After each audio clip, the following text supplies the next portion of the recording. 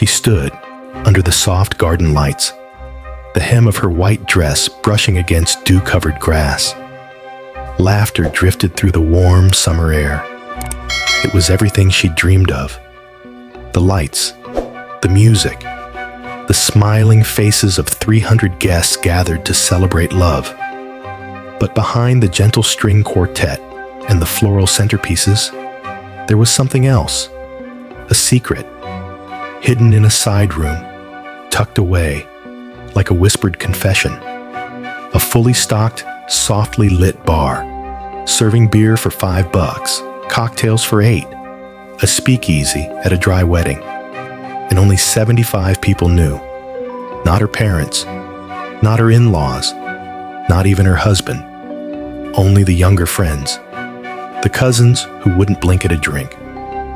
They'd been told quietly, weeks in advance, there's going to be a VIP bar. It's cash only. Keep it hush-hush. And somehow, for a while, it worked. That night, her wedding felt like a dream. The ceremony was flawless. The first dance felt like something out of a movie. Her husband looked at her like she was the only woman in the world. But in the background, behind the speeches and centerpieces and sparkling cider toast, drinks were being poured. Glasses clinked. Laughs grew louder in corners. It wasn't supposed to be like this, but it was. And now, the dream was unraveling, because someone talked. Someone always talks. It was supposed to be a dry wedding. That was the promise. Not to their friends. No, their friends were cool. It was the families.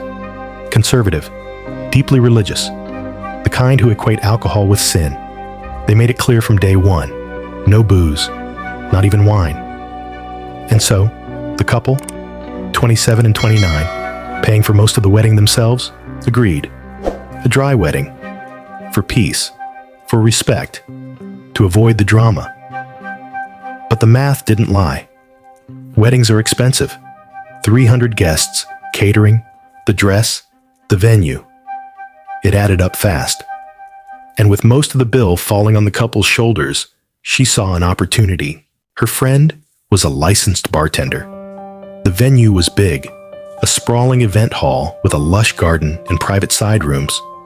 So she had an idea, a secret bar, discreet, hidden, fun. She called it a VIP experience, something extra for the younger guests. Charge a little per drink, nothing crazy. $5 beers, $8 cocktails, no pressure, no push, just the option. Something unexpected, a nod to their real lives. She didn't tell her husband, not because she didn't trust him, because she knew he'd say no. He would have felt guilty. He would have worried about disappointing family. He would have overthought it. And she didn't want guilt. She wanted it to work. She wanted something back from the day they were pouring everything into. So, she didn't say anything. Not until after. And for a while, it was perfect. People laughed, tipped generously. The bartender made good money. And when the night was over, they'd made $2,000. Enough to help cover catering. But weddings have ears, and secrets are hard to contain when drinks start flowing. It started with an overheard conversation. One cousin talking to another. Then came the aunts. Whispers. Raised eyebrows. And then, her mother. Her voice was calm at first. Controlled. The kind of calm that shakes you more than yelling ever could. You lied to everyone, she said. You made a mockery of our values. You disrespected this family. Her mother-in-law joined in. Manipulative. Selfish. Suddenly, everything felt wrong. Like the bar wasn't just a secret. It was a betrayal. Not just of the families, but of him. Because he hadn't known. And he was caught in the middle, defending a decision he didn't even make. She tried to explain. Tried to say most guests never knew. That the ones who did were happy. That nobody was forced. That it was quiet. respectful, that it helped pay for the food on the tables. But none of that mattered.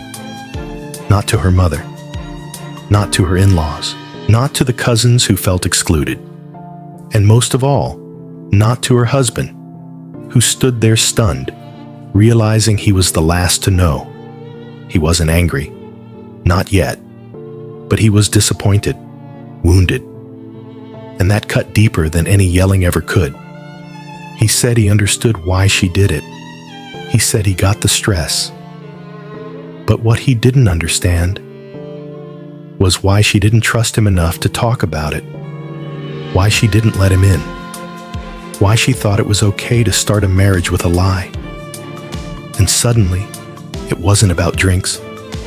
It wasn't about a bar. It was about trust and what they were building, or failing to build, together.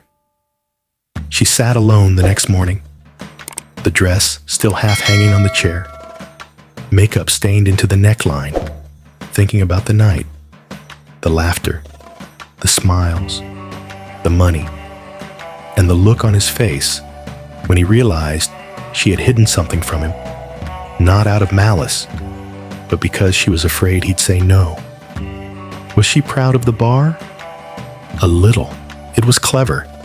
It was fun. It made a stressful day feel lighter for some. But the secret? That was a weight she hadn't expected, and now it was hers to carry. So, am I the asshole for secretly selling alcohol at my dry wedding to offset the cost? For choosing silence over honesty? For picking a secret bar over transparency with my new husband? That's the question I ask now, days after the flowers wilted and the lights dimmed. Not just to you, but to myself. Was it worth it? Was $2,000 enough to cover the cost of a broken moment of trust? Or did I trade something priceless for something fleeting? That's what I don't know. So, am I the asshole? Weddings are supposed to be a beginning, not just of a marriage, but of a way of living together, communicating, making choices together. This story isn't really about alcohol. It's not even about conservative values or wedding etiquette.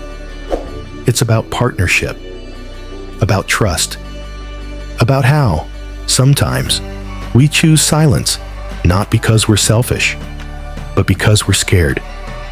Scared to let down the people we love, scared of conflict, scared to admit we want something different from what we promised. But here's the thing. Love without truth isn't love. And secrets, no matter how small they seem, can plant doubt that grows over time. It's okay to want to keep the peace. It's okay to want a fun night. But when you do it alone, without your partner, what are you really building? To the bride in this story, maybe you weren't malicious. Maybe you were just trying to find a way to survive the pressure. But your wedding was never just yours. It was his too. And when you made that decision without him, you forgot the first rule of any partnership. You don't go into battle without your teammate. So what do you think, listener? Was she the villain of her own love story? Or just a woman trying to carve a little joy out of a stressful tradition? Drop your thoughts in the comments. Have you ever kept a secret because you thought it was the easier path?